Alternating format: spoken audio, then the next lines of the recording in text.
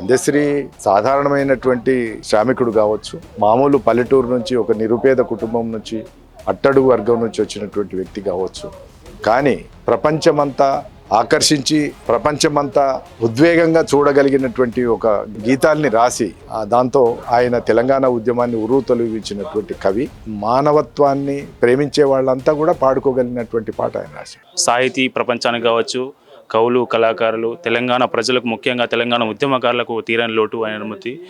అందశ్రీ మృతి, ఈ అకాల మరణంపై మనతో పాటు మాట్లాడడానికి ప్రముఖ కవి నందిని సిద్ధారెడ్డి గారు ఉన్నారు. సార్ నమస్తే.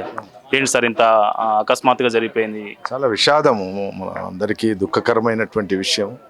తెలంగాణ సాంస్కృతిక ప్రపంచానికే తీరనటువంటి లోటు ఇది. అందశ్రీ సాధారణమైనటువంటి శ్రామికుడు కావచ్చు, మామూలు పల్లెటూరు నుంచి ఒక నిరుపేద కుటుంబం నుంచి అట్టడుగు వర్గం నుంచి వచ్చినటువంటి వ్యక్తి కావచ్చు.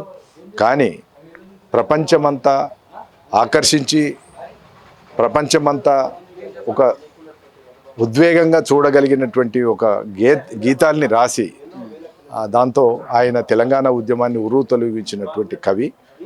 అందశ్రీ చనిపోవటం అనేటువంటిది అందరికీ చాలా బాధాకరము, ఊహించినటువంటిది. ఇది చిన్న వయసులో 64 ఏళ్ల వయసు అంటే జీవితంలో ఇంకా కనీసం 2-3 దశాబ్దాలు అంటే కనీసం 20-30 సంవత్సరాలు జీవించాల్సినటువంటి భవిష్యత్తు ఉంది.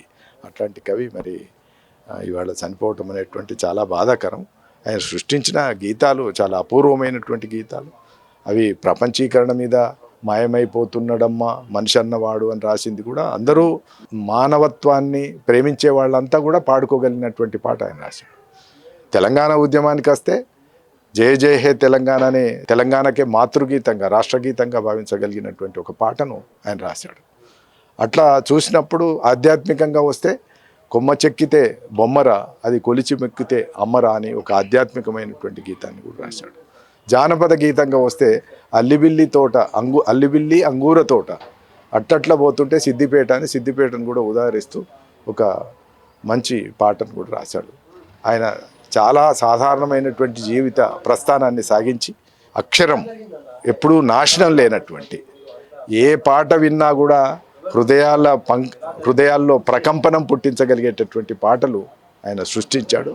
ఆయనకు మనం అందరం తెలంగాణ సాహిత్య ప్రపంచమే కాదు, తెలుగు సాహిత్యం రుణపడి ఉండేటటువంటి ఒక గొప్ప వ్యక్తి ఇవాళ మన నుంచి దూరం కావడం బాధాకరం.